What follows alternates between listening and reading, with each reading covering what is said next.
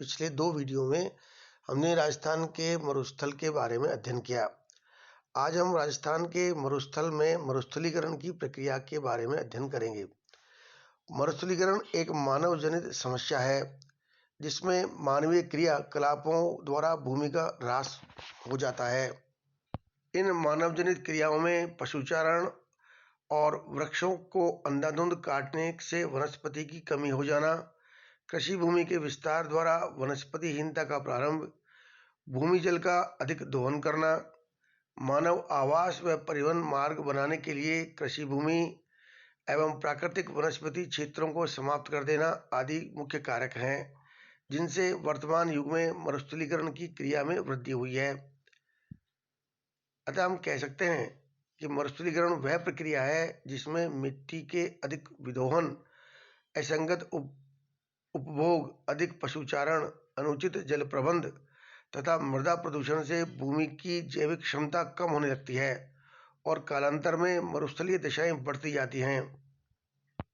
राजस्थान के मरुस्थल की उत्पत्ति जलवायु और प्राकृतिक पर्यावरण में परिवर्तन के कारण हुई है, परंतु वर्तमान युग में मानव जनित क्रियाओं में प्राकृतिक तत्वों के साथ अनुकूलन किया जाए और मरुस्थल के प्रसार को रोका जाए तो समस्या को कुछ हद तक नियंत्रित किया जा सकता है। विश्व स्तर पर मरुस्थलीकरण की समस्या के निदान के लिए पहला सम्मेलन 29 अगस्त से 9 सितंबर 1977 को नैरोबी में किया गया। इसके बाद भारत की केंद्र सरकार ने वर्ष 1997 में मरुस्थलीकरण की प्रक्रिया को रोकने के लिए समुचित उपाय किए हैं। विभिन्न देशों में इस योजना को क्रियान्वित करने के लिए भी विश्व बैंक से आर्थिक सहायता प्राप्त होती है। भारत सरकार ने समय समय पर मरुस्थलीकरण की प्रक्रिया को काबू करने के लिए विज्ञान एवं तकनीकी समिति का गठन किया है। आइए अब हम ये देखें कि मरुस्थलीकरण की प्रक्रिया को रोकने के लिए या उसकी गति को सीमित करने के लिए कौन कौन से सूचक हैं। पहला सूचक है प्राचीन स्थिर रेत के टीलों का पुनः सक्रिय होना। होलोसीन भूगर्भिक युग में राजस्थान में 3 बार आर्द्र युग आए जिनसे अधिक वर्षा और वनस्पति का विकास हुआ। इन आर्द्र युगों में पश्चिमी राजस्थान में स्थायी रेत के टीले हो गए। इनके रेतीली मिट्टी के कण आपस में चिपककर जुड़ गए। उन पर छोटे वृक्ष, झाड़ियां और घास की उत्पत्ति हुई। इन रेतीले स्थायी टीलों पर वनस्पति कम हो जाती है तो इनकी रेत तीव्र गति से उड़ने लगती है और इनका अपर्दन हो जाता है। इन टीलों से अपर्दित रेत का जमाव अन्यत्र होने लगता है जहां पहले रेतीली मिट्टी नहीं थी। इस प्रकार मरुस्थल का विस्तार होने लगता है। प्राचीन रेत के टीलों के संबंध में इनकी पुनः सक्रियता के बारे में जयपुर और सांभर झील के समीप मौजूद टीलों का अध्ययन किया गया। सांभर झील के पूर्वी और उत्तरी भागों में विशेषकर दातारामगढ़, चौमू के समीप भी रेत के टीलों का पुनः सक्रिय होना पाया गया है। इसी प्रकार के पुनः सक्रिय हुए रेत के टीले रेतीली मिट्टी का जमाव जयपुर के पास अचरोल, हुकस की पहाड़ी ढालों पर दिखाई देते हैं। इन टीलों में वायु अपर्दन और निक्षेपण की क्रिया का मुख्य कारण वृक्षों की कटाई, अधिक पशुचारण, अनुपजाऊ भूमि पर कृषि, सड़कों व आवास गृहों का निर्माण है जिससे मरुस्थलीकरण की प्रक्रिया बढ़ी है। जोधपुर और बीकानेर जिले के कुछ क्षेत्रों में भी स्थायी रेत के टीलों पर हल चलाकर कृषि करके टिब्बों को ढीला कर दिया गया है। इससे गर्मियों में पवन द्वारा अपर्दन अधिक होता है। इस कारण पहाड़ी ढालों और इंसलबर्ग के किनारे अपर्दित रेतीली मिट्टी का जमाव पिगमेंट टीलों के रूप में दिखाई देता है। कहीं कहीं यह जमाव इतना अधिक हो गया है कि छोटी छोटी पहाड़ियां रेत के नीचे दब गई हैं, केवल उनके ऊपरी भाग ही दिखाई देते हैं। जयपुर में झलाना पहाड़ियों के ढाल पर पिछले कुछ दशकों में रेतीली मिट्टी का जमाव बढ़ता जा रहा है। इसके अलावा इन पहाड़ी ढालों से वृहद पैमाने पर पिछले 250 वर्ष में इमारती पत्थर का खनन किया गया है। इस कारण इन पहाड़ियों पर वनस्पति पूर्णतः समाप्त हो गई है और गर्मियों में पश्चिमी दिशा से आने वाली वेगवती पवनों ने इन क्षेत्र में रेतीली मिट्टी का जमाव कर दिया है। आज रेतीली मिट्टी का जमाव की क्रिया इतनी प्रचंड रूप ले चुकी है कि मिट्टी के जमाव से कुछ मकान भी ढक गए हैं। दूसरा कारक है आकस्मिक अधिक वर्षा व बाढ़। सामान्यतः किसी स्थान पर वृक्षों के काटे जाने तथा पशुओं द्वारा प्राकृतिक घास के मैदानों पर अधिक पशुचारण हो जाने के कारण उस स्थान की मिट्टी ढीली पड़ जाती है और उस पर वर्षा के बहते हुए जल से अधिक कटाव होने लगता है। मरुस्थलीय और अर्ध मरुस्थलीय क्षेत्रों में वनस्पति की वैसे ही कमी है और जनसंख्या और पशुओं के दबाव के कारण वृक्षों और झाड़ियों को निरंतर काटा जा रहा है। इससे जल द्वारा मिट्टी अपरदन की समस्या भी बढ़ गई है।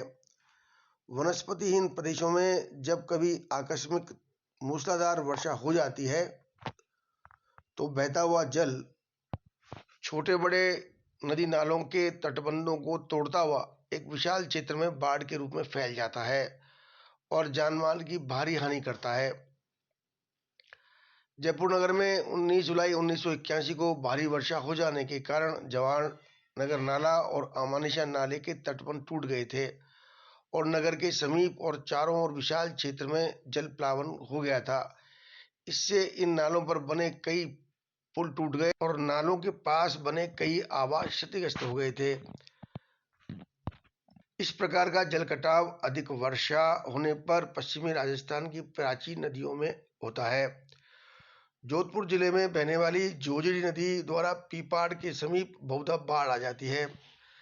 हनुमानगढ़ जिले में घग्गर नदी घाटी में बालोतरा में जोजड़ी और लूणी नदी के संगम पर नागौर के समीप मीठी नदी की पुरानी घाटियों में बाढ़ आ जाती है, जिससे बृहद पैमाने पर मिट्टी की ऊपरी परत का अपरदन होता है और वह जाकर जिस क्षेत्र में निक्षेपित होती है उससे मरुस्थलीकरण की प्रक्रिया में बढ़ोतरी होती है।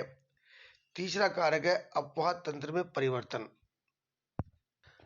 राजस्थान में मरुस्थलीय क्षेत्र में आंतरिक अपवाह तंत्र है।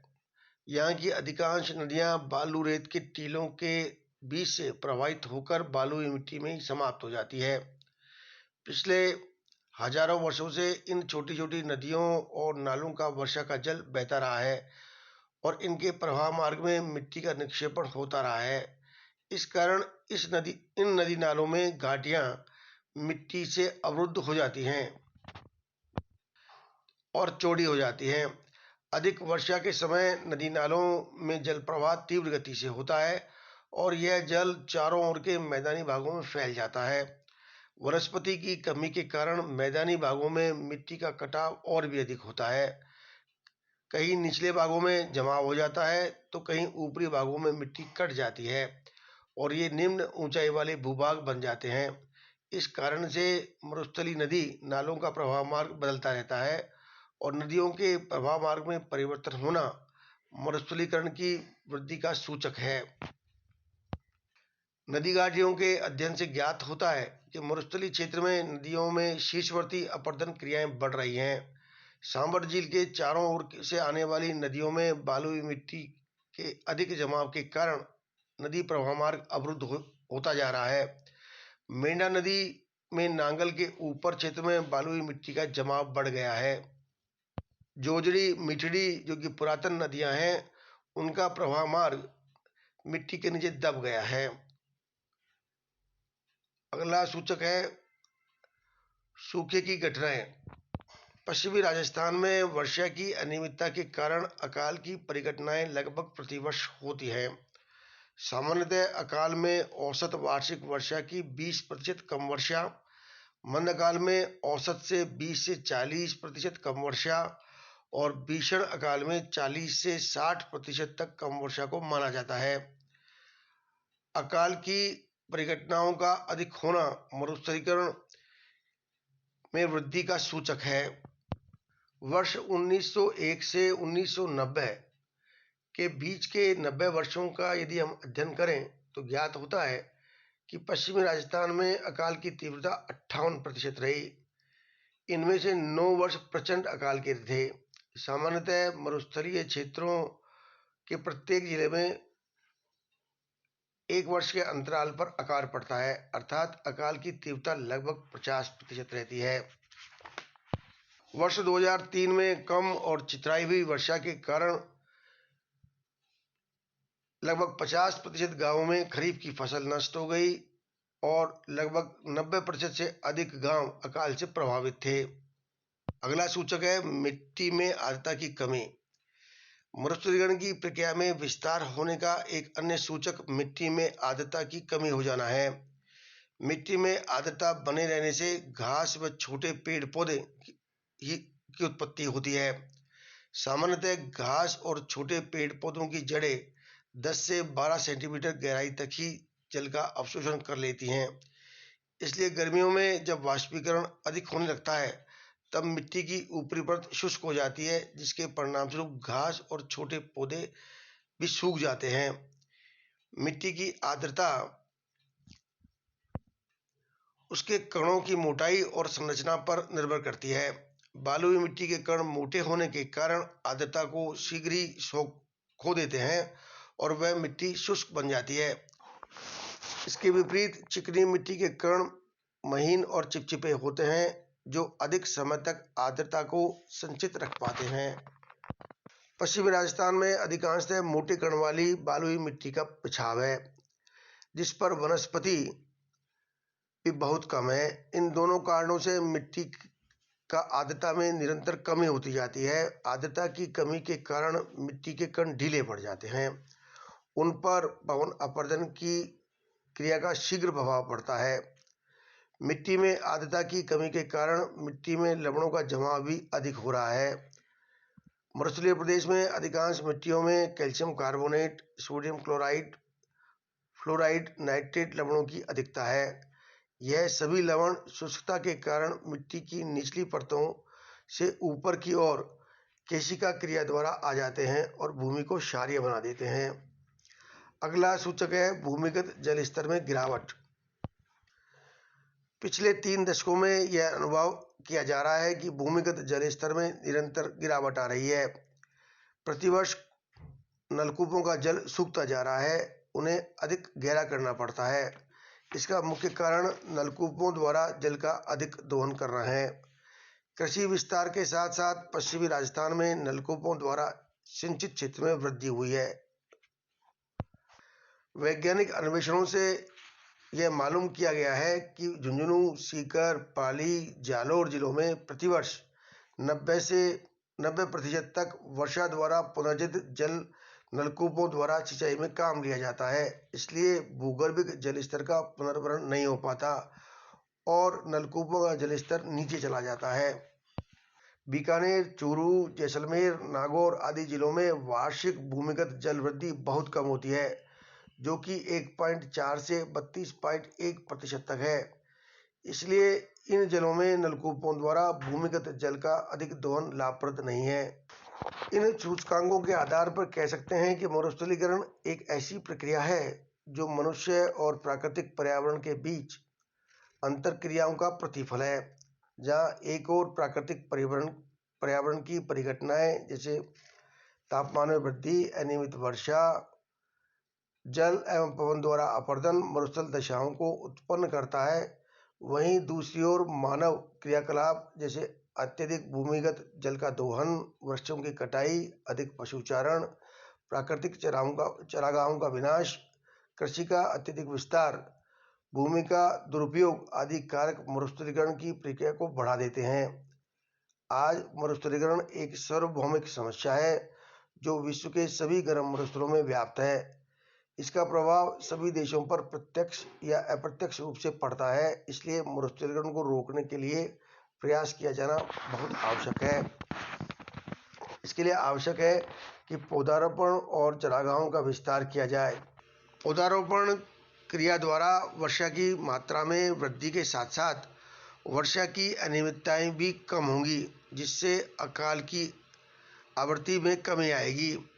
विभिन्न प्रदेशों के अध्ययन के आधार पर ऐसी वनस्पति किस्मों पर अनुसंधान हो जो ईंधन और चारे की आवश्यकता की आपूर्ति कर सके। परिणामतः वनस्पति आच्छादित क्षेत्रों की मृदा का पोषण में भी बढ़ोतरी होगी।